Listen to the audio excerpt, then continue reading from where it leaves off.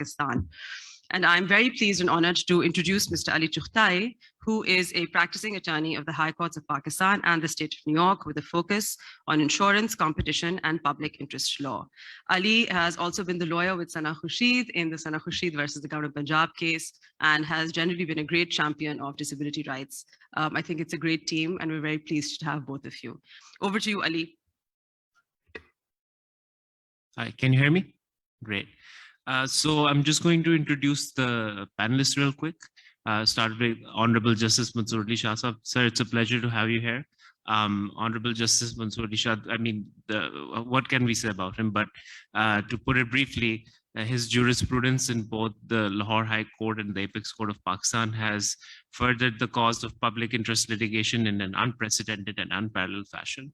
And I will be picking his honor's brain about his jurisprudence in this regard. Mr.Ali Sultan is an international law advisor and adjunct professor at LUMS. He has advised public stakeholders on major international law issues, and he was educated at Millsbury College and the University of Virginia Law School, where he got his Juris Doctor degree, similar to me. And then we have Mr. Mudassar Riaz Malik, who is the DG of the Social Welfare and Baitul Mal Department, which under the Punjab Rules of Business is tasked with legislating on behalf of persons with disabilities. And we also have Justice Yousaf Saleem, who is the first Pakistani from a visually impaired background to be appointed as a judge. And his work and his performance throughout his life in terms of achieving to this level is unprecedented as well. So we will be asking him questions regarding his journey as well. And last but not the least, Sana Khurshid is a lawyer and an activist and a friend of mine as well. And she has pursued before Honorable Justice Jawad Hassan Court legislation for persons with disabilities regarding the enforcement of their rights. And her work has led to the probably imminent promulgation of the Punjab Empowerment of Persons with Disabilities Act, which if when passed, will be a landmark legislation for the furtherance of their rights. So I will start with Honorable Justice Mansoor. Excuse me. Oh, okay. Honorable Yousaf, if you could have your presence upstairs. I didn't recognize you were not here.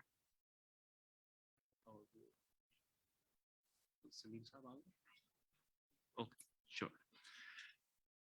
Thank you, sir, for being here on a Sunday morning.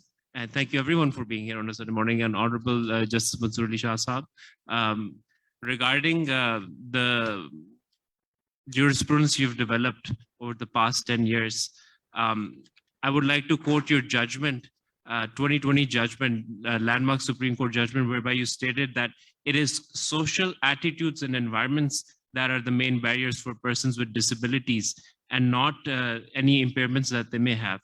You have made the cause for persons with disabilities be focused on a rights-based approach rather than a charity-based approach. And you've implored the general public to, and you've demanded the public at large to consider disability from a viewpoint of investment. So in this regard, can you shed light on your jurisprudence, how it has enabled for the changing spectrum of persons with disabilities and what we can do further in this regard? Very good morning. Can you hear me? Yes, sir. Okay. A very good morning to everybody here.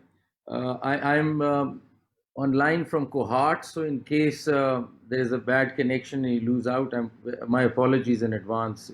I'm at a hill station or something like this. Anyway, very good morning, and I'm very inspired by the panel itself. You see, Sana Khurshid inspires me a lot. So does Judge Yousaf Saleem.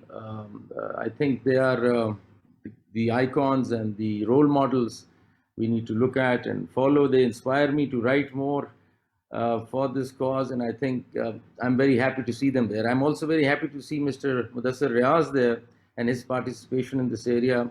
Really, really happy to see all of you there. Let me just give you a little background on how I look at all this. Let me start off with the quote which matters a lot to me, and that is that disability is the inability to see ability.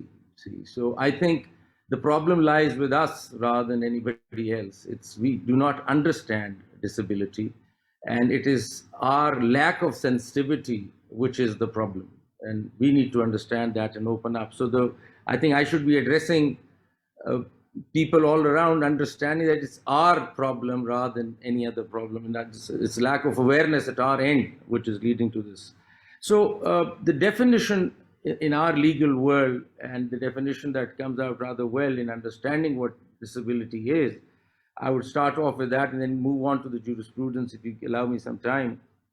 So the definition that is perhaps very useful and very central in understanding the issue is that persons with disabilities include those who have long-term physical, mental, intellectual, or sensory impairments, which in interaction with various barriers. Now that's a very critical area, which could include attitudes, lack of physical infrastructures, law, lack of interpretation, lack of sensitivity by the judiciary or other stakeholders, which may hinder their full and effective participation in society on an equal basis with others.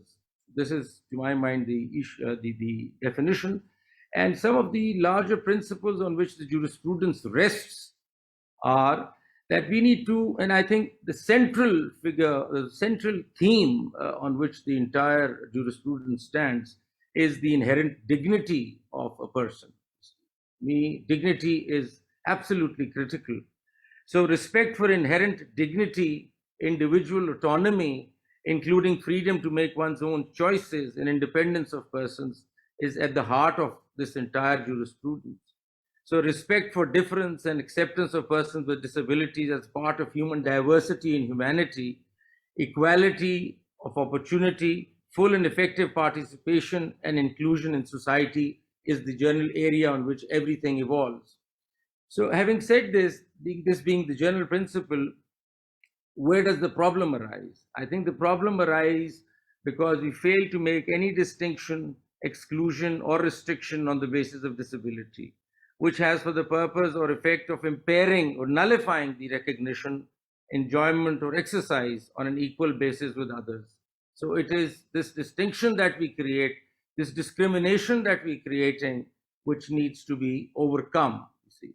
And I'll just move on to the Constitution of Pakistan first, from where we draw all these principles and from where we sort of get the wisdom to come up with the jurisprudence that we're trying to evolve over the years.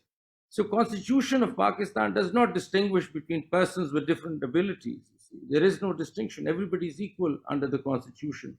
Everyone is at par and everybody has the same fundamental rights. We all have the same fundamental rights. There is no distinction in the Constitution regarding anybody, anybody with different abilities. So when we talk about fundamental rights, they're guaranteed to all. When we talk about equality of opportunity before law, it is to all. Then we talk about social and economic political justice, which are very strong terms. Social, economic, and political justice. Now they are for all. And we'll have to make sure, and if there are any gaps and if there is any discrimination, the courts will have to come forward and remove those gaps and, get rid of that discrimination. The state will have to provide, because the Constitution mandates that everybody is equal. The state will have to provide the term reasonable accommodation. The state has to come in, of course, within the reasonable framework of funding and all that, but the state is obligated to ensure that everybody gets same treatment. So when we talk about principles of democracy, freedom, and tolerance, we need to start considering these principles in this context also, in the context of disability. What would be a democracy where there is no sensitivity towards disability? What would be freedom in a country where there is no access of people with different abilities in the same fashion others have access? So I think we need to start redefining and rethinking about democracy and rethinking about freedom and tolerance. It's not just for one set of people, it is for all kinds of people that are there, all persons with different abilities. These principles apply fully to them also. So having said that, my focus has been, and increasingly so, on dignity, which is Article 14. Hasn't been used that much, and we're trying to use it as much as we can. South Africa and some other countries have gone far ahead. So dignity is the only fundamental right which is not subject to law. cannot be taken away. And that I want to underline. Right to life is subject to law.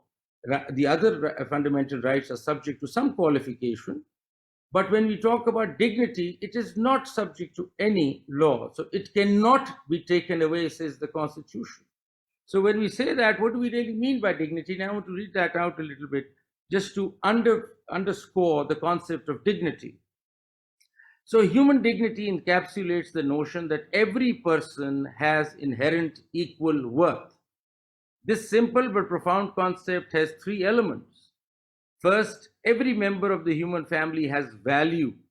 No one can be dismissed, ignored, mistreated, or abused as if their humanity means nothing. Second, each person's worth is equal to every other person. For example, no one life is more important than any other person's. So third, human dignity inheres in the human person and cannot be taken away. This being a fundamental right, to my mind as a judge, gives me so much energy, so much potential to do so much and turn it around in any case that you want, where you want to reach out and help and provide, eliminate the discrimination that is taking place. So in a case that comes up regarding quota, for example, this 2% quota was the first case that came up at the Supreme Court. There are cases from the High Court, which I'll mention in a minute. But while at the Supreme Court, a case comes up regarding, and you must have heard of this, that there is a 3% quota for people with different abilities to be employed in various government sectors. So the issue revolved around the calculation of this 2%. And the case before us was that there are 10 vacancies, sir, and how do we work out 2%? Or there are 8 vacancies, 2% cannot be really worked out. Or there are 6 vacancies, we cannot work out. And every time there would be vacancies arising, for example, the overall positions or posts in a particular department are over 100 or maybe 200. But at the moment, only 6 posts were coming out or 10 positions came out. You could not calculate 2%. And they would say, okay, let's ignore, as we cannot calculate 2%. So we can't do anything. Unless there are 50 vacancies, we'll have 1 post. And unless there are 100 vacancies, we'll have 2 positions. But for these 10 vacancies which have just arisen, we can't have anybody who can come in because there's no mathematics that you can work this around. So we said, no, that is not how you need to calculate this. You need to have the overall number and calculate your 2%. So if there are 100, there are 2 seats, and there are more than that. And you have to make sure that those seats are full. I mean, you have to fill those seats. And it does not matter how many vacancies are arising at a particular period of time. And that's where the court has held as follows, and I'll just paraphrase. Constitution as a whole did not distinguish between a person with or without disabilities. It recognizes inherent dignity of a human being, equal and inalienable rights of all the people as the foundation of freedom, justice, and peace. Every person is entitled to all the rights and freedoms set forth therein, without distinction of any kind. Therefore, it applies equally to persons with disabilities, guaranteeing them full enjoyment of their fundamental rights without discrimination. Triangular construct of the right to life, dignity, and equality under the Constitution provides a robust platform for mainstreaming persons with disabilities. This is what the Supreme Court has held. Supreme Court has gone further and said that the words like disabled, handicapped, crippled, and mentally retarded deeply bruise and offend human dignity of persons with different abilities. Their use must be discontinued, and instead the expressions like persons with disabilities or persons with different abilities should be used. So I think the very purpose of this conference that's taking place, we should be to sensitize ourselves that just the very language that we employ in our daily conversation needs to change. And that could be the first step forward. Rather than referring to people as, disabled persons, we need to start using the correct language at least. That would be, to my mind, a start, a beginning. So the Supreme Court has held that very clearly now, and they've said this can't be done. The Supreme Court has worked around, and as Mr.Ali Chughtai mentioned, we said that we're talking about the paradigm in disabilities to be shifted from charity to investment. I mean, there were earlier judgments which said, oh, the person has, I mean, they didn't even say persons with different abilities. They would say disabled person. Because he's a disabled person, okay, let's have some sympathy for the person and let's grant relief. That's not the way to do it. I mean, we're not really dishing out, doling out charity here. We're talking about rights of people with different abilities. So the entire paradigm has to change. The earlier jurisprudence is just concessionary in nature. Okay, this person is a disabled person, let's grant him some relief. No, sorry, I don't want that. That's not we're not doling out some charity here. We're talking about rights under the Constitution, fundamental rights. So I think that's why this judgment, to my mind, becomes important. There's a paradigm shift. We are saying this person has rights, and we're giving the rights as a lawful right that the person has. And that's the right that the person has come to court to get. So we're not doling out charity. It is actually the rights that we're talking about. So it's a rights-based approach to disability, which the Supreme Court has now embarked upon, which to my mind is a welcome change. And this all happened on a quota case, and how do we work out a quota. These other two cases that I want to refer to relate to the High Court, where this young man sat in the CSS examination, stood 10th or 12th in the country, and applied for foreign service, which was just a normal right. I mean, he was qualified to be given the foreign service out of the services that are offered to a civil servant. And the foreign service said, no, you can go into other services, but you can't come into foreign office because we have a Rule 9, which says, sorry, we can't take people who have disabilities.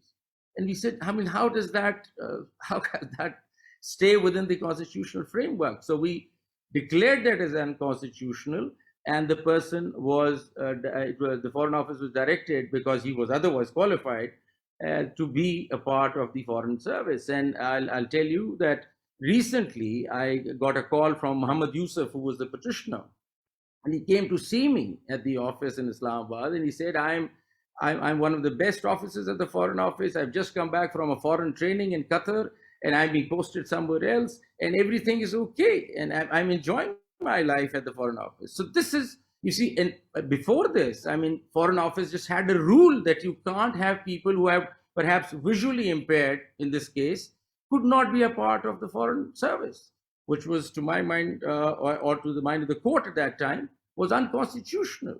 So that person is working. Similarly, one professor or teacher of Faiz Junaid Mahmood came to court, and he said, I've applied for a post to teach, and I'm not being allowed to, I meet the requirement, I meet all the standards, but I'm not being allowed to teach. And the government that came in the court and, in response to this notice sent to them, said that how would a person who's visually impaired teach? So what we realized at that time, that the government has no idea that what assistive technology is all about, how things can move, how people with different abilities can be given reasonable accommodation to come at par with us and do anything that we do. So that too was declared as unconstitutional, and the person was allowed to go teach. And he is, to my mind, I've been informed, teaching as a teacher with visually impaired, and he has all the technology available to teach. Now, the best example sits on the panel with you. I mean, I was the Chief Justice at that time when Yousaf Saleem applied. Judge Yousaf Saleem sits in front of you today. And there was an issue. He took the exam, and during this process, I was elevated to the Supreme Court, and the next leadership did not really clearly understand that how would a judge handle a court who cannot even, is visually impaired. And there we had to interfere administratively and reach out to the High Court and tell them that this is not the case. There is assistive technology available. I'm quite sure that a lot more technology could be given to Judge Yousaf Saleem, who probably is not fully looked after, but even if, and he's doing a wonderful job right now. So it was lack of awareness on our part that we did not understand that he could well perform. I look at Sana Khurshid, I keep looking at her various social media interactions, and I'm just terribly impressed. I mean, look at the work she's doing. Look at the work Yousaf Saleem is doing. He's dispensing justice in a courtroom, listening to lawyers, listening to arguments and deciding matters. And we think that there are people with different abilities and they don't have rights and we'll talk about them separately. No, they're probably doing better than we are. So I think this entire paradigm has to change. We have to just fix ourselves right up here that they can do same, maybe better than us. They just need to be given certain, assistive technology or certain reasonable accommodation to come at par with us. So that mindset needs to change. And these two judgments have done that. These two people are currently working. One is teaching, the other is in the Foreign Office, and then Judge Yousaf Saleem is right there before you. Lastly, I just want to say that I think Pakistan needs to move on to therapeutic jurisprudence. Now, this is an important jurisprudence which has evolved in the US as well as in Australia and other countries. And I just read out to you a little about it. I think what we're actually doing is doing therapeutic jurisprudence, but we don't mention it. And I think in the judgments that are about to come, we need to start incorporating them. So therapeutic jurisprudence is the study of the role of the law as a therapeutic agent. It focuses on the law's impact on emotional life and on psychological well-being. These are areas that have not received very much attention in the law until now. Therapeutic jurisprudence focuses our attention on this previously unappreciated aspect, humanizing the law and concerning itself with the human, emotional, psychological side of law and the legal process. Basically, therapeutic jurisprudence is a perspective that regards the law as a social force that produces behaviors and consequences. Therapeutic jurisprudence wants us to be aware of this and wants us to see whether the law can be made or applied in a more therapeutic manner. So that is something that we need to go into in matters of disability, mental illness, and others. The court needs to have an inquisitorial role. They need to reach out and understand the issue. We need to be more, we need to have a lot more of understanding of science, because number of these cases could have been dealt much earlier had judges understood that there is science, there is assistive technology in the world, and people can get on with their work, and we can reduce this gap that's there, which affects their accessibility actually. So science is important for us as judges, and in future for the lawyers who are sitting here, understanding of science and understanding of this inquisitorial jurisdiction, that in matters of in such like matters we'll have to have a totally different approach. It's not a tax matter, it's not a company matter, it's a matter more so dearer and so hardcore human rights issue, and for that we'll have to move and tread into new areas and develop new grounds. So that's what I wanted to say today. If anybody has any question, but I'll leave with the quote at the end. And this is by John Elliott, a person with disabilities and a great sportsman. As soon as anyone starts telling you to be realistic, cross that person off your invitation list. Thank you. So if there's any question, I'm sorry I have to attend another event at Cohort, but if there's any question, I'll be very happy to take that. Your Honor, thank you so much for your time. We as a nation are indebted to your contributions in the field of persons with disabilities. Before you go, Your Honor, one question I wanted to ask, you touched upon it. What role can adjudicators play in ensuring that they impart such therapeutic jurisprudence? I know you mentioned about it briefly, but what tangible ways can they do it? Because in my limited experience as a litigator, there are only a handful of judges that impart such principles in their adjudication of PWD matters, yourself being the primary example and Honorable Justice Jawad Hassan. So what can adjudicators do in this regard to tangibly ensure that they apply such train of thought in their jurisprudence? Well, you see, this is a matter of awareness. I think conferences like this one, and we need to spread the word. We do that with training at the judicial academies. It's a matter of awareness. I mean, you see, even in the world of environment and climate change, you'll have few champions. You'll have to broaden the base, you see, and I think that is through judicial academies, mainstreaming mental illness or disability law, bringing that into law schools. I see Dean Sadaf sitting there, and I'll be very happy if there is something on disability law within the law school as an elective. So that's how you need to, bring people into the fold, you see, and people need to understand that. So it's a matter of time, and I think we're all getting there. Thank you so much, Your Honor, for your time. Organically, I would like to move on to and welcome Judge Yousaf Saleem. Sir, first of all, thank you so much for being a part of this panel. Your journey. Can I just say goodbye to everybody and have a very good day? Honor. And I'm absolutely happy that this is happening. Thank you very much. Thank you so much for your time, sir. Judge Yousaf Saleem Saab, we are indebted for your contributions. What you have been able to accomplish has been truly unprecedented. In this regard, Justice Mansoor-Ali Shah, in his judgments, always talked about reasonable accommodation and the use of assistive technology. Now, if I were to guess that during your time litigating for your rights as a PWD to be able to pursue employment, and now in your capacity as a civil judge, you have faced so many obstacles. What to what extent have reasonable accommodations evolved during your time litigating for your rights, and now you being an honorable judge?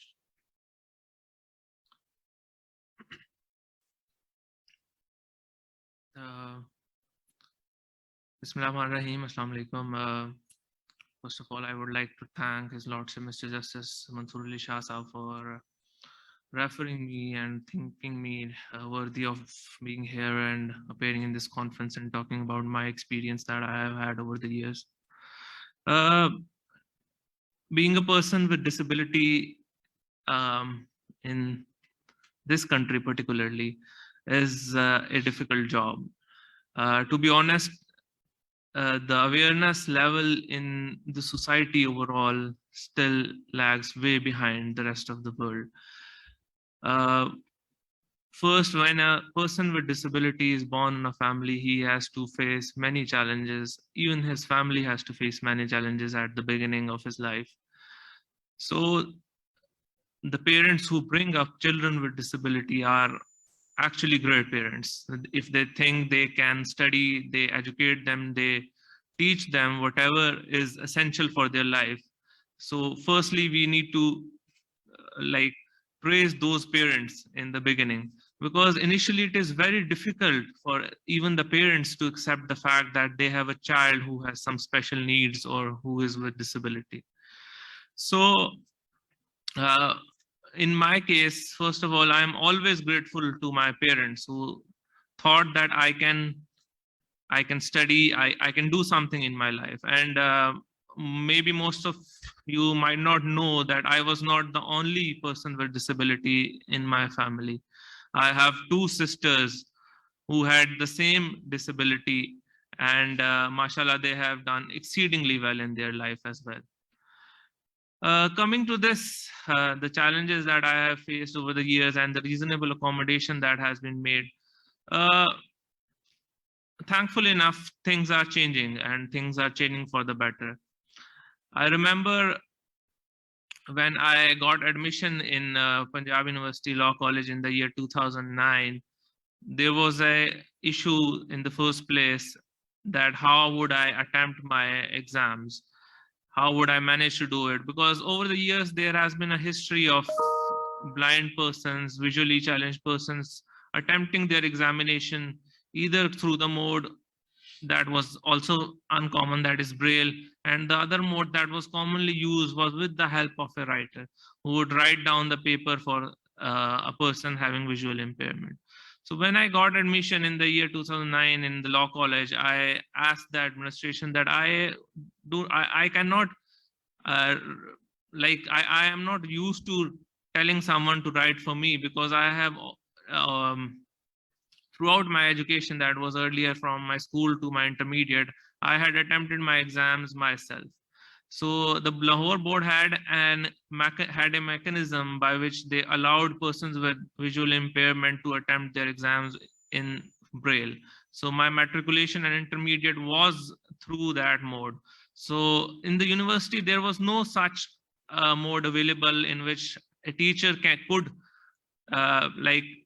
mark the paper of a student by reading Braille, because there was no such teacher available who would know Braille.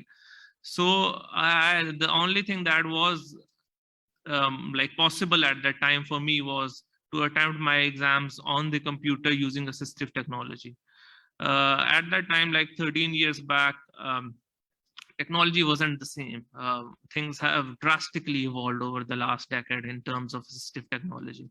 So I had to convince them to arrange for my exams on the computer through this use of screen reading software.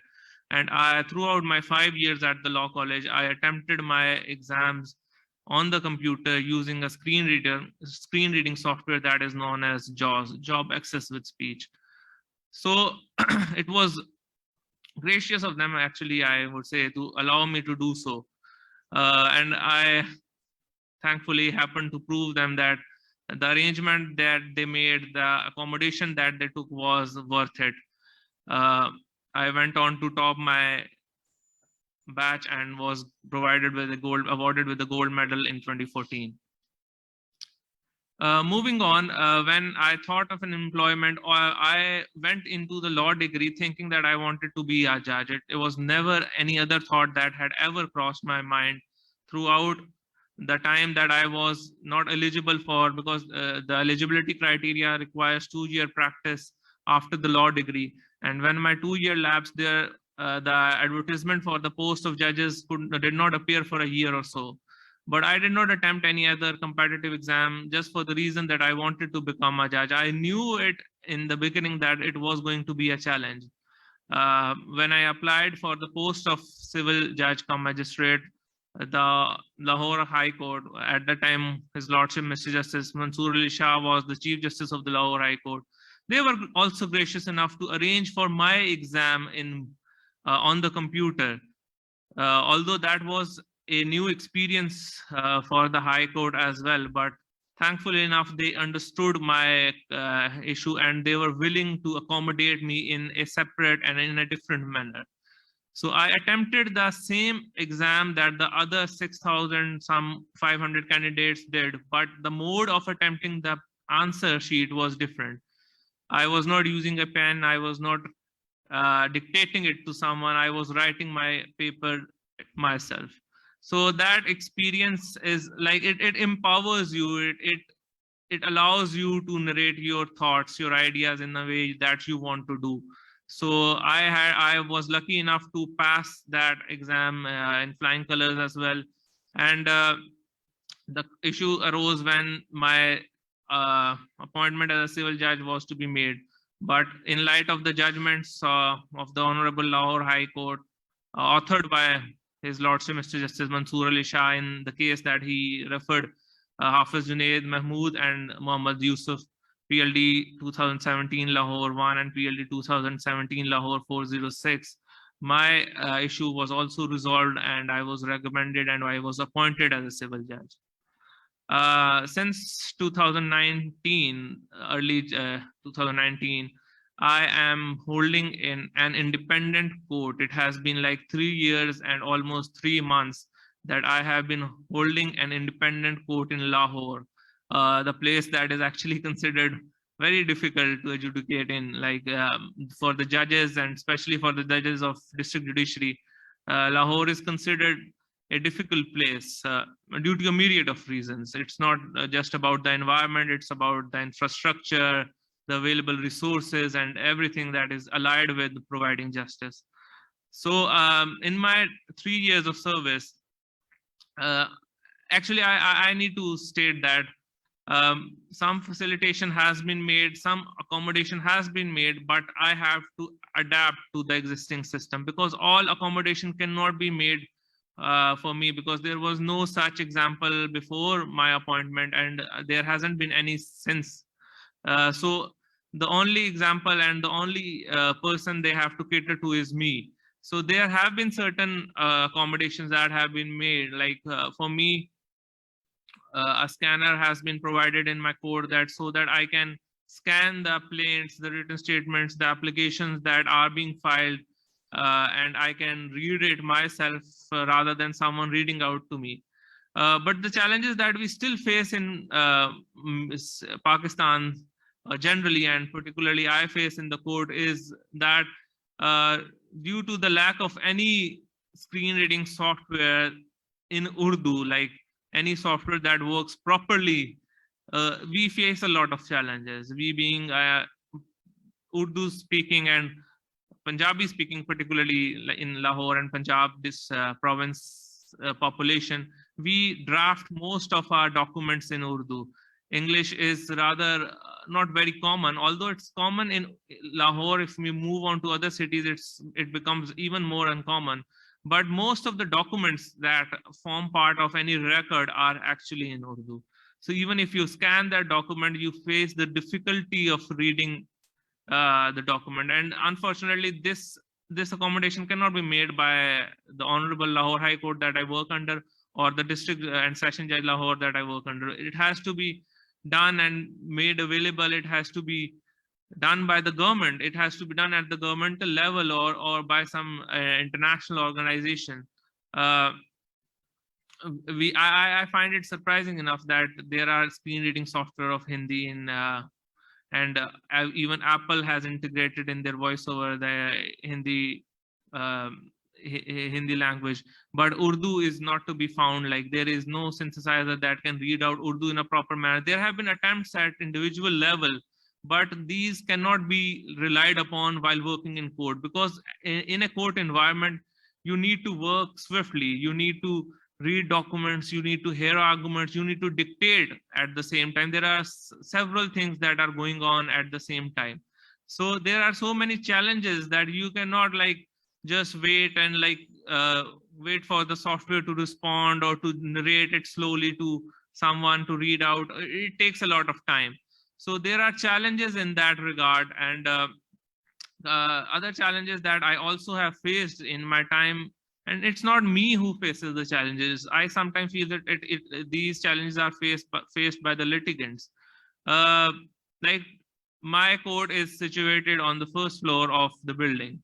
So I sometimes face the challenge that when I have to record the testimonies of witnesses, there are sometimes witnesses who are like disabled due to their old age, or actually are disabled otherwise. So it is a challenge, especially for the persons having some kind of physical disability, to come on the first floor and record their testimony, because the infrastructure is such that it does not provide the facilitation to them to appear easily before me and state whatever they want to say. So I feel there are so many challenges at this level. Even if someone wants to file a case, a person with disability having any kind of disability, so there are still challenges in that regard. The UN CRPD, to which Pakistan is a signatory under its Article 13, talks about access to justice.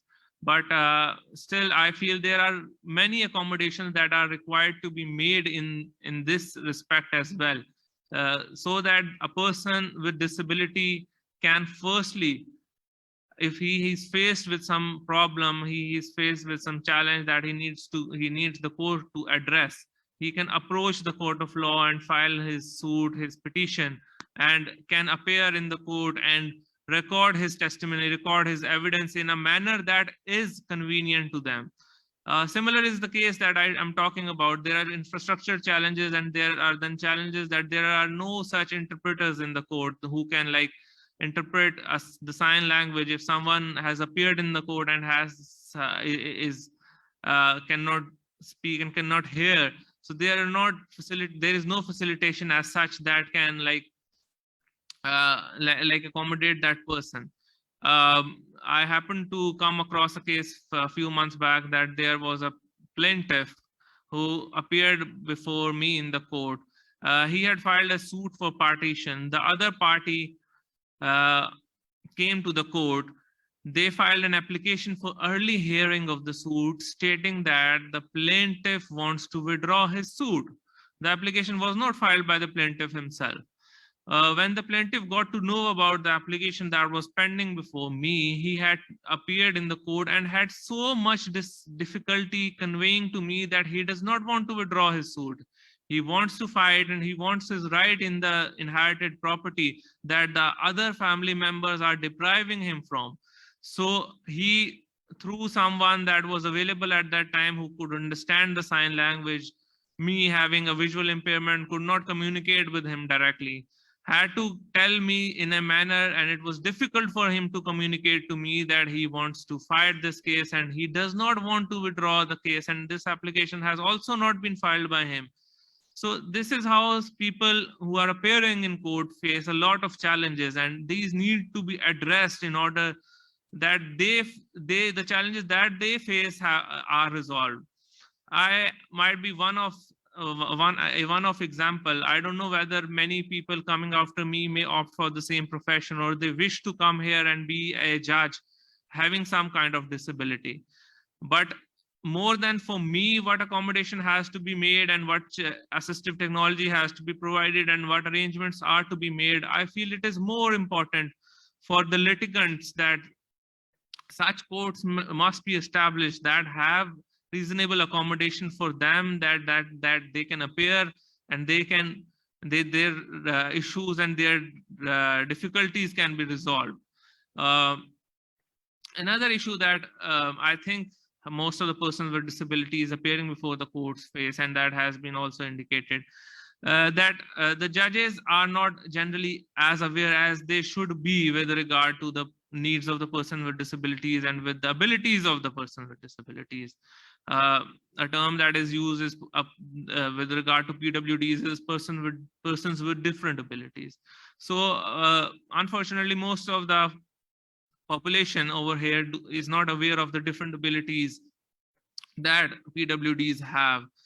We generally have in our mindset a common job for a person with disability, that is teaching. And even in that, in the case that I refer to, a title Hafiz Junaid Mahmood, Hafiz Junaid Mahmood had to suffer because the school education department even thought that he cannot teach, which is generally thought to be the easiest job, easiest employment for a person with visual impairment. They thought that he cannot even teach because he cannot use the blackboard. So they disqualified him, or the advertisement that they had published in the newspaper actually disqualified him on the ground that because the persons with disabilities cannot use blackboards, they cannot communicate, they cannot control the class, which was obviously struck down by His Lordship Mr. Justice Mansoor Shah in the judgment.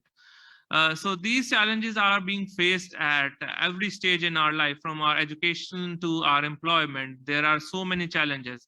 Thankfully enough, with reference to education, many educational institutions and universities have set up their own departments and their own special labs with assistive technology, so that persons with disabilities can appear in the exams, can get themselves educated, and whatever degree they like to acquire, they can acquire the same.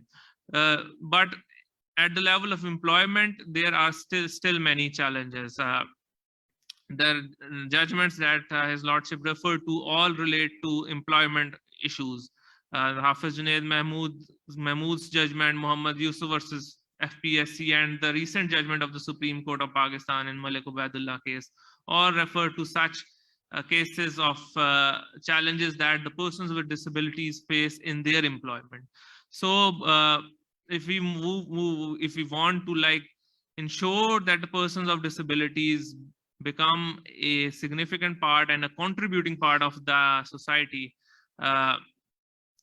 we need to eradicate these challenges that we face in employment. And the challenges especially that I talked about in the legal side of things, in the courts, that the persons with disabilities are facing or will face in future, have been already highlighted by me. So unless we cater to these challenges, we cannot create an environment in which a person with disability feels safe firstly, and then can educate himself and eventually can contribute to the well-being of the society. Thank you. Sir, thank you so much for your thoughts. What I see is a systematic imploring by you as a citizen of the society to ask for your rights that should have been granted and be afforded to you in the first place. In this regard, the Social Welfare and Baitul Mal Department recently drafted the bill titled Punjab Empowerment of Persons with Disabilities Act, which is placed before the Parliament now. And that draft act has the capacity to forever improve the plight and rights of persons with disabilities. It even has a clause in regards to accessibility regarding information technology to ensure that reasonable accommodations are made for PWDs. In this regard, Mr. Mudassar, Riaz, sir, if I could have your thoughts about you being the DG of the Social Welfare and Baitul Mal Department, the difficulties you have faced in trying to pass meaningful legislation, because the Social Welfare Department has tried for years to promulgate such legislation, but it has been met with so many roadblocks. Recently, through Honorable Justice Jawad Hassan's intervention, you have been able to place a bill before the Parliament. Can you walk us through some of the challenges that you face in enabling meaningful legislation and what we can see for the future, sir? Thank you very much. First of all, it's a great pleasure for me to share this panels of great esteem, especially Sana and the Justice Saab, so Mansoor Shah Saab. And before I mention few of the challenges vis-a-vis promulgation of this law and legislation and what process we faced, I want to mention that there are two parts of any kind of issue or problem which we will face, like person with disabilities. First off is that the policy and the legislation, the law, is there any policy or the law available to deal with such a problem? If there is no law or policy, then obviously we need to take into account such measures that lead towards that policy and the law. Secondly, is there any mechanism available to enforce those laws and the policy? So these are two basic areas which we need to look at. Firstly, as far as the law and the policy vis-a-vis the public, the person with disabilities, there was one law earlier which was passed in the form of ordinance in 1981, and that used to deal with the rehabilitation and the employment only, which was very kind of very brief area in which it was dealing with. So it was not very comprehensive. So that law was there. It used to deal with the registration, the accessibility issues, and how to treat these persons with disabilities in hospitals especially. So the new legislation which is almost ready, which has been approved by the Standing Committee now of Legislative Affairs, and that is ready to be tabled before the Provincial Assembly. And that the draft law, you better know than me that how it was drafted, and because I was a bit new, I came just 4 months ago, but the law has already been drafted at that point in time, and you and Sana, you were the basic movers of that draft bill. So it's a very comprehensive law. We all know that it deals with all the challenges which any person with disability can have in his life, especially with regard to the areas where he works, the working place, the education, the health facilities, as well as the acceptance of the society. And these are few areas where it deals with. However, the challenges which I can narrate at this point in time is obviously the acceptance, the priority challenge of the government. We all know that if we take into account all the measures, all the challenges, we make a list of all the challenges and all the agendas for the government, probably this person with disabilities would fall at the most bottom of the agenda items, and that is the unfortunate part. Usually, being the deputy commissioners and being the person who used to implement these laws in the districts, because I worked at various places, usually what used to happen is that the district managers, the deputy commissioners even, they don't have any idea of how to deal with this problem. They don't have any kind of instruments available, or they're not aware of, they're not conversant with the challenges faced by persons with disabilities. So it's a very it's an issue which is not at the right top of the agenda of the government. However, because there was no legislation, there was no law, so there was an issue. Now the law is almost imminent to be implemented, to be passed by the legislator. So we look forward towards a different kind of environment now, not only in workplaces, but also in education institutes and also in the society. The biggest challenge which I feel at the government level is to create awareness among the government functionaries, what these laws are all about, what are their importance, why the society should accept them. If we see that as per WHO report, around 1 billion persons live with some kind of disability at this point in time, and that makes out to be around 27 million in Pakistan, which is a huge number, with some kind of disability. It's a huge number. As far as social welfare department is concerned, social welfare department has in the past within its domain, which used to be the rules of business. It was doing registration of persons with disabilities. It constituted assessment boards at the hospitals, did some trainings as well, and took some certain measures for their employment and rehabilitation. As far as registration is concerned, the certificates which usually we issue, the social welfare department issue for persons with disabilities, we have issued more than 280,000 certificates till now to the person with disability. This process has been accelerated now with the support of civil societies, the NGOs, as well as the legal fraternity. Moreover,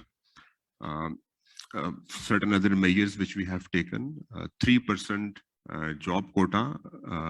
It was previously 2%, now it has been increased to 3%. Issuance of special CNIC through NADRA, it has also been one of the part of the domain which government has done something on it. 50% fare concession in various transport, import of duty-free car, free medical treatments, banking services for special accounts for persons with disabilities, free of cost rehabilitative aids through DRTCs. There is a district body through which we provide these aids.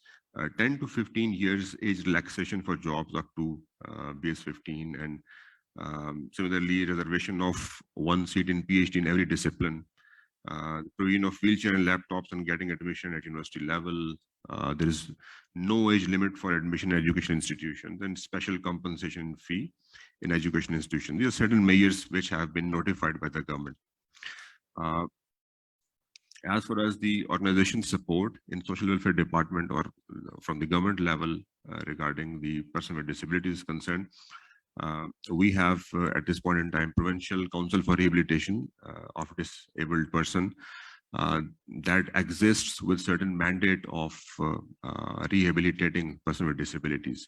And then there is a Punjab Welfare Trust for the Disabled, whose MD is Dr. Amjad Saqib, and its basic mandate is to involve NGOs, non-government organizations. Around 141 NGOs have been registered with them, and so they are also providing services to the person with disabilities. Then there's the Punjab Social Protection Authority. There's a Hum Kadam program, and there are various programs through which the services are being provided. Then through Punjab Baitul Mal also funds are allocated for person with disabilities. Then Zakat and Notional Department is also doing something. Within Social Welfare Department, we have, because our basic mandate is to work for vulnerable segments of society as well as those who are underprivileged. So in that capacity, we also run various institutes for persons with disabilities. Like we run Nasheman, and this is a technical training institute for the person with disabilities. At this point in time, we have one in Lahore, one in Bawalpur, and one in Faisalabad. There are 2 in the offing. They would be completed next year, hopefully. And there is one Chaman Institute, which is Center for Special Children. And the Chaman deals with the person who have some intellectual impairing problem. Then there's a Daruskun, which is halfway home. So 3 institutes we are running under that capacity in institutional setup. So if we see the data, we have out of 280, 280,855 total persons with disabilities who are registered with us. 60% of them are those who have some kind of physical disability, while then there's a visual impairing, hearing impairing, intellectual impairing. So the 60%, the most of the lion's share goes to the physical disability part. As far as the employment statistics are concerned, 7,497 persons with disabilities have been recruited in public sector, and 9,712 persons with disabilities in private establishments. So this is another important statistic. Now, very briefly, I want to some of the challenges or the barriers which we are facing. So these are certain measures which the government has already taken, but we cannot ignore the attitudinal barriers, the communication barriers, the physical barriers, the policy barriers, transportation, and the social barriers, which are here in our society, and not only our department, but also society has to do something about that. These barriers are the biggest challenges, and not only Supreme Court, the Apex Court of Pakistan has done a lot on that, especially Justice Mansoor-Ali Shah, but also the legal fraternity like yourself and the person from the civil society like Sana. They are very vocal, they're very instrumental in making sure that something is done in this regard. So the biggest challenge I see is the attitudinal challenge, that is the acceptance by the society for the person with disabilities. Unless this attitude is changed, I feel very challenging that all these laws can be implemented. Laws are there, laws will be made very soon. Inshallah, I'm very hopeful in next couple of months, the law will be promulgated. But the biggest challenge would be how to implement those laws. And we need to have a very strong, robust institutional framework, not only with our department, but also in all other departments. And moreover, within the society, the attitudinal change within the society, that has to be, I think, that is the main issue which we'll be facing in coming days. So for that matter, we need to create more awareness among the society, more awareness sessions. The public interest litigations would remain a very important and significant part of enforcing these laws. Yeah, so these are the main challenges which we face and how to implement them. Frankly, the law which we know now, and which is almost drafted, and which is to be tabled before the Provincial Assembly very soon. It's a very comprehensive law. It is based upon the UN Convention on Rights of Persons with Disabilities. It is a high-end law. It is a law that deals with most of the issues faced by persons with disabilities. And it gives immense power and authority also to the department to enforce those laws. But as I already mentioned, without the support of the society, without the support of the legal fraternity, without the support of other departments, probably it would be a great challenge to implement those laws. Lastly, the biggest challenge, one other challenge which we face is the availability of data. We don't have any reliable data available with us. because data and information is the main power on the basis of which we can not only change laws, but also make better policies, evidence-based policies. So I think we need to work upon that as well, to create more data, to fetch more data, which would be instrumental in making sure that the right policies are made.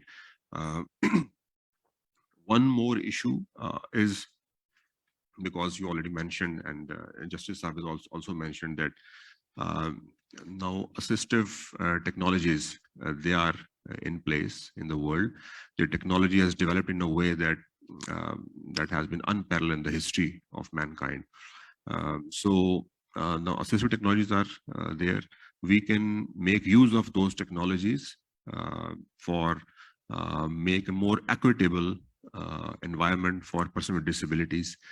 So through that way, I think the government especially should work more upon creating such an environment in which we provide more assistive technologies to persons with disabilities, to provide these assistive technology in the offices, to provide these assistive technologies in the courts of law, to provide the assistive technologies at every place where a person with disability can have an access, in the banking system, in ATM machines, wherever they have to go, any person with disability, there should be an assistive technology available there.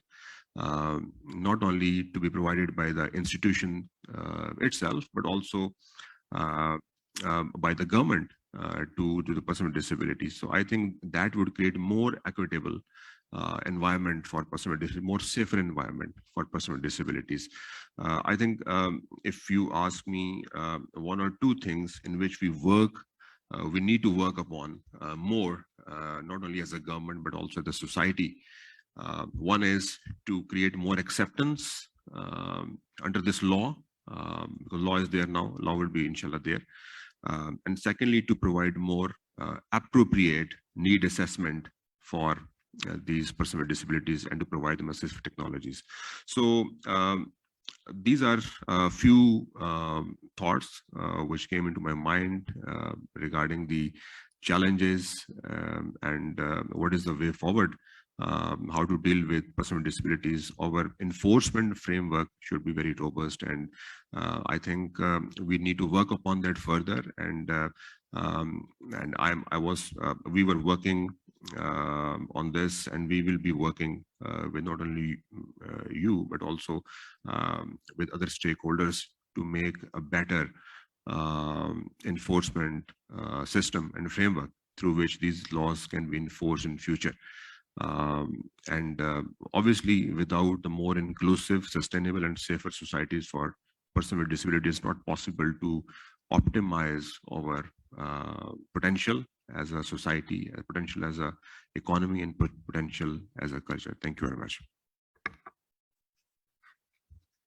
Sir, thank you so much for sharing your thoughts. It's very refreshing to see someone in your position get to the heart of the matter, which is the execution and implementation of the rights. And in this regard, the draft bill strictly addresses that by empowering the councils on each district and unit level to ensure that it is executed in letter and spirit. I would like to move on to Ali Sultan Saab.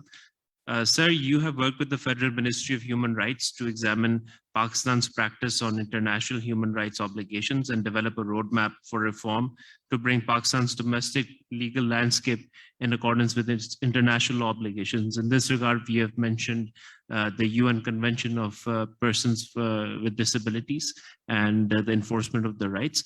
Could you walk us through how Pakistan has over the years done in terms of its track record on UNCRPD, and to what extent we can improve in the future in this regard, and in general, the landscape regarding the domestic legislation of the same? Thank you. First of all, it's a word of appreciation for the organizers.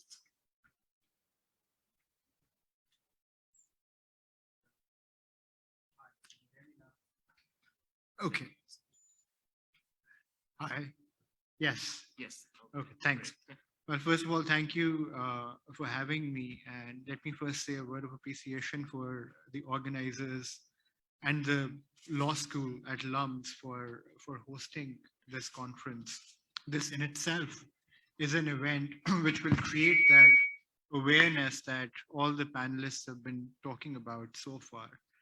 And I believe until now, Justice Mansoor Shah Sahab, Mudassar Sahab, and Judge Saleem Sahab, all of them have raised some excellent points. I see things more from an international law perspective, precisely the intersection between domestic law and international law. Because as most of you are already aware, we have ratified the Convention on the Rights of PWDs. So that has a particular consequence, which is that now Pakistan is obligated under international law to give effect to the obligations that are contained in that convention. Now, as far as Pakistan's record of complying with its international human rights obligations are concerned, and the Convention on the Rights of PWDs does fall under the larger umbrella of human rights. Well, the record has been patchy, to say the least. There are some conventions which have been given greater attention as compared to others.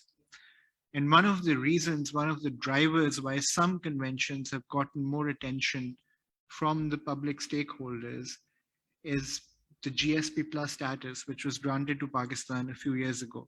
So in a sense, it's unfortunate, but it's true. We needed a bit of an economic incentive in order to start obeying what was basically obligatory upon us under international law. But the GSP Plus status contains 27 conventions, and it contains certain human rights conventions as well. Until now, until this year, among those 27 conventions, the Convention on the Rights of PWDs was not included.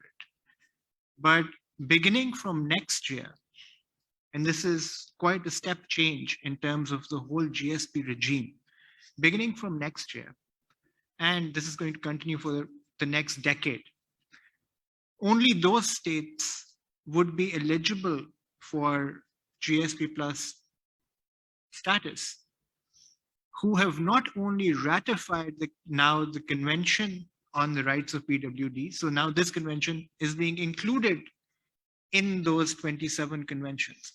So that's a huge change.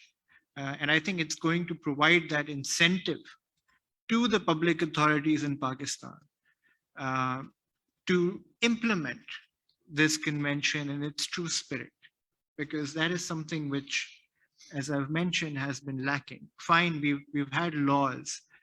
After the 18th Amendment, this was devolved, the subject was devolved to the provinces, and all the provinces have some variants.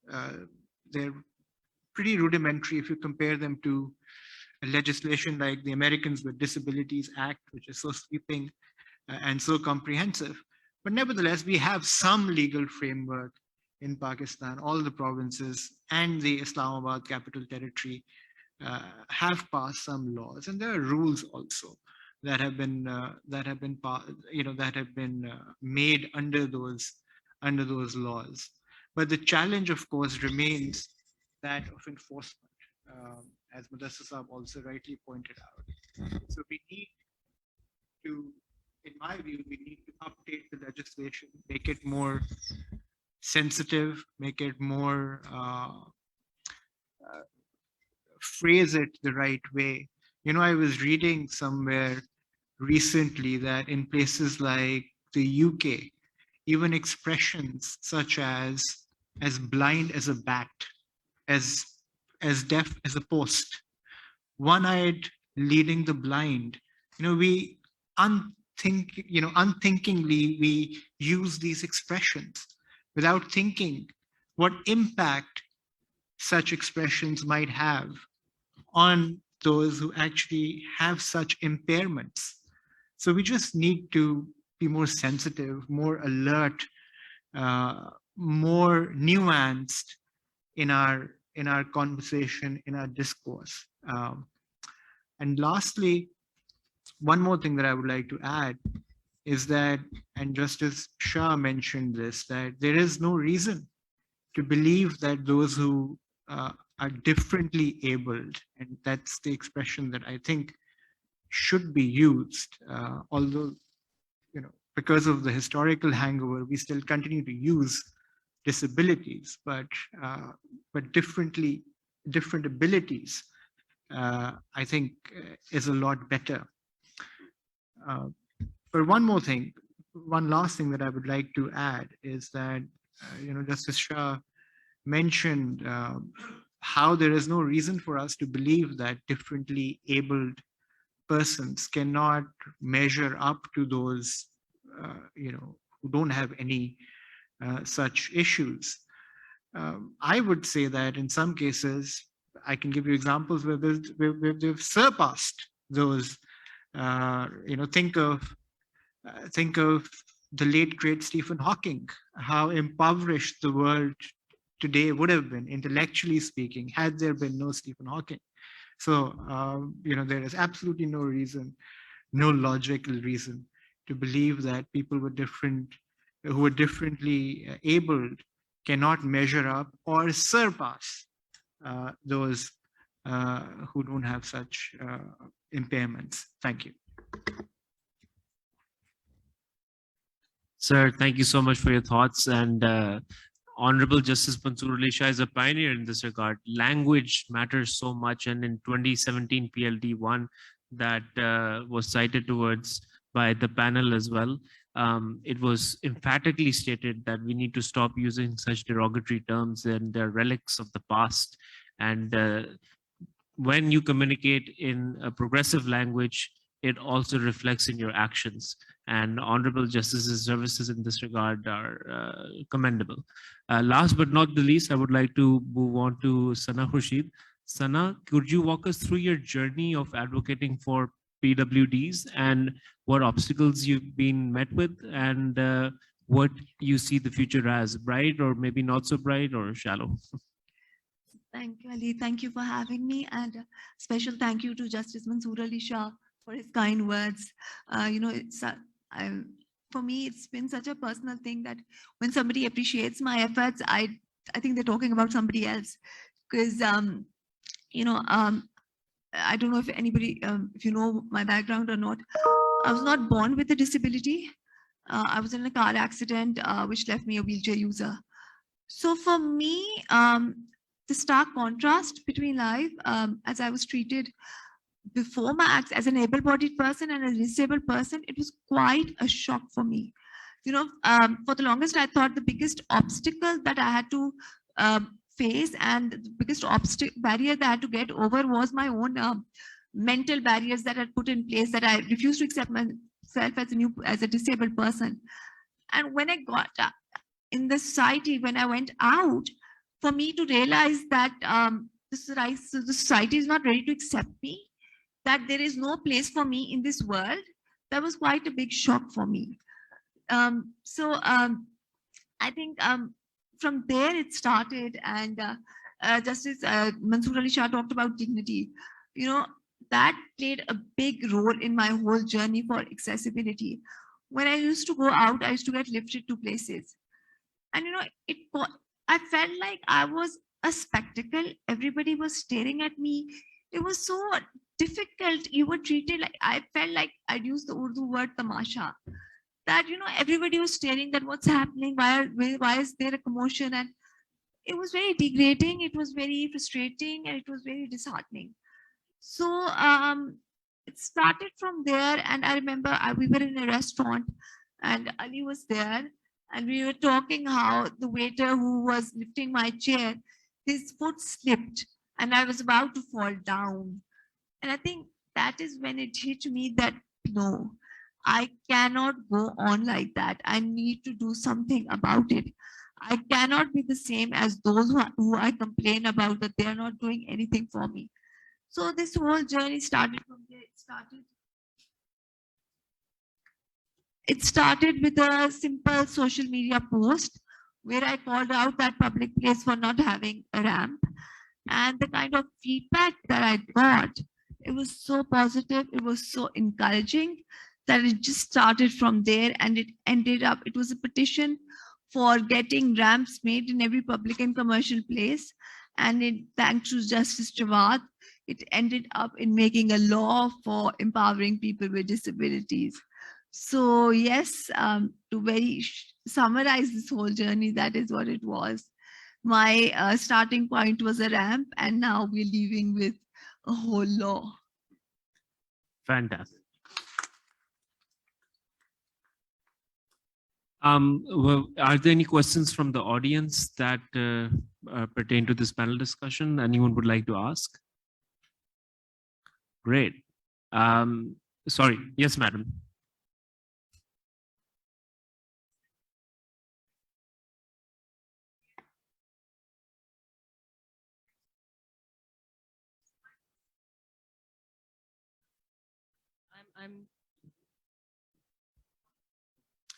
I'm so overwhelmed and thrilled to hear about all the initiatives that are being taken by the Punjab government to promote and protect the rights of persons with disabilities. And there has been a lot being done by the federal government as well. But one thing which I wanted to highlight and would like to request to pay your attention towards is that in lots of social protection and poverty alleviation programs, there has been a quota introduced to include persons with disabilities, but still very limited number of people with disabilities are accessing those incentives and those quotas. And the reason behind that, you mentioned that, is that there is lack of data. The people with disabilities, they are uncounted, they are unheard, they are invisible. And as such, we don't see any dedicated efforts to count them. Thanks to Pakistan Bureau of Statistics that this time they have agreed to count them through the Washington Group short set of questions in the upcoming census of August 2022, if that takes place. But still, we need to run a mass awareness for the people so that the families and the caregivers, they don't hide their disabled family members. Unless they don't reveal that information and share that information, we as a nation won't be able to count them properly.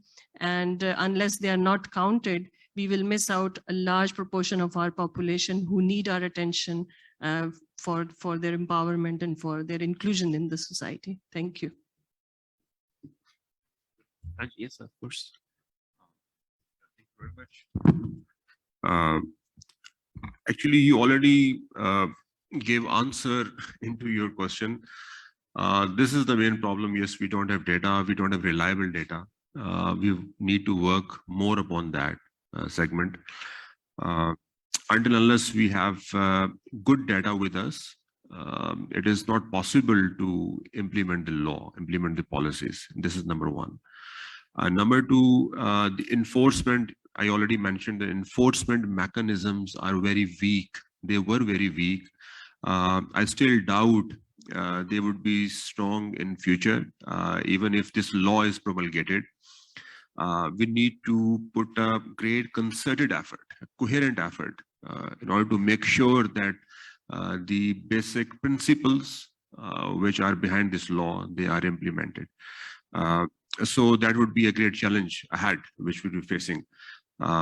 You mentioned that there was a quota. Yes, there was a 2% quota that has been enhanced to 3%. Now in the law, there's a categorical quota placement distribution for all the persons with disabilities in the law. But again, how the quota will be calculated again, and the number of organizations, privately owned as well as the publicly owned, there need to be a kind of census to be carried out in order to fetch that data at first place. And secondly, the number of persons who need to be employed and hired by those organizations, that is a mandatory clause, 3% quota, so that needs to be assured.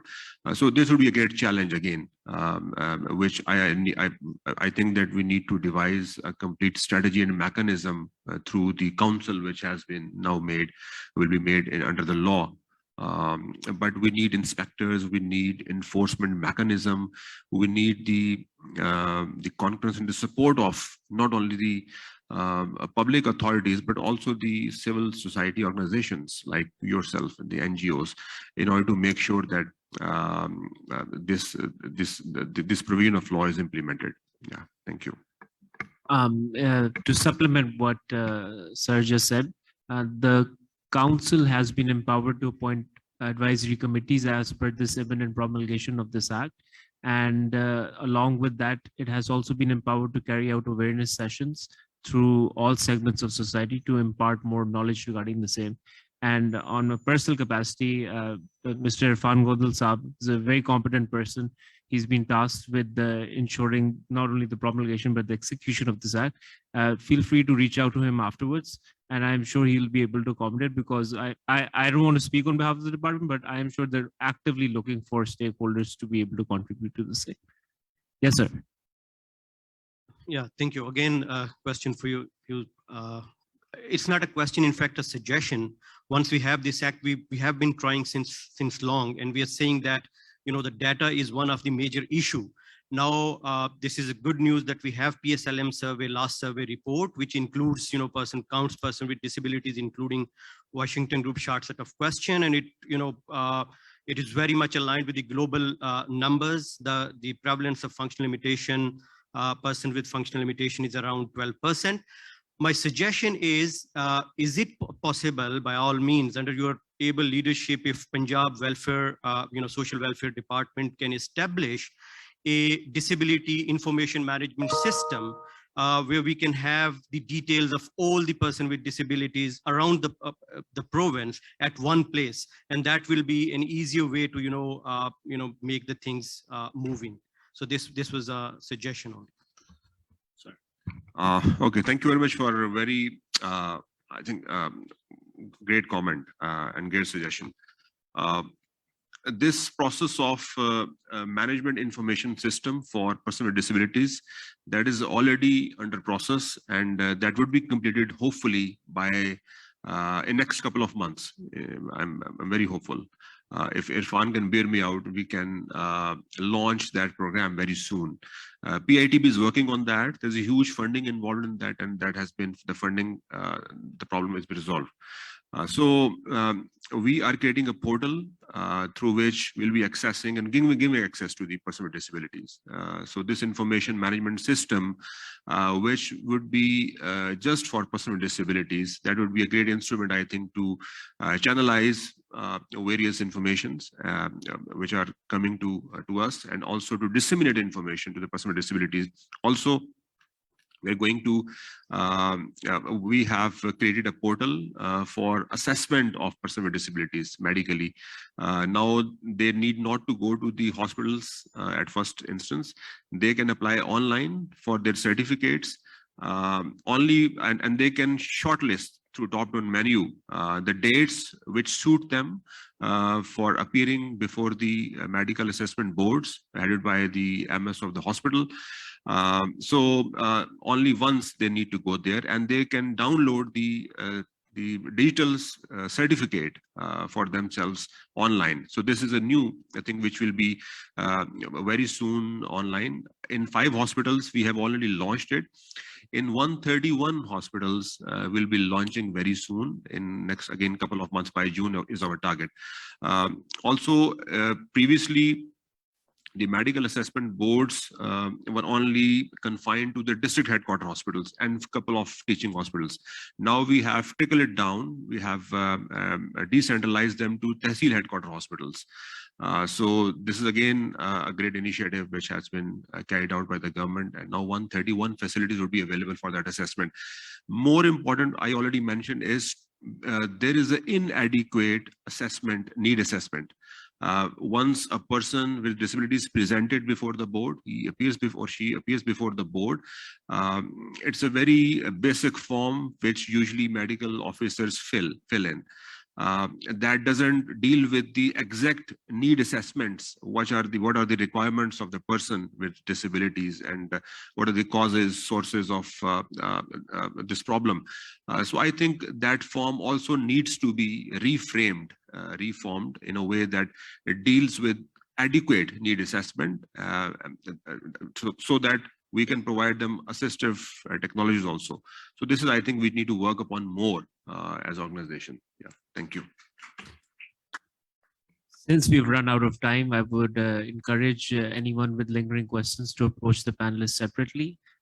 Cannot emphasize enough on how much each panelist has contributed to not only the discourse, but the evolving nature of rights associated with PWDs.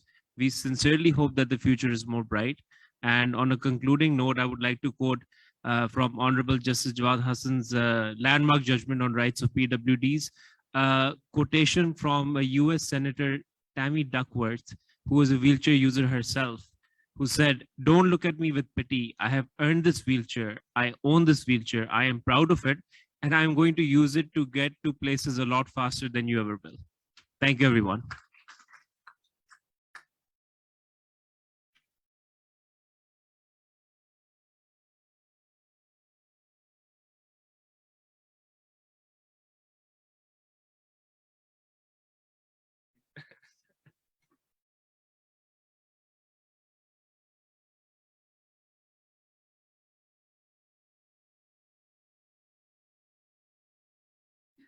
Thanks very much, Ali, and all the panelists. We'd like to move on to our next session now before we break for lunch.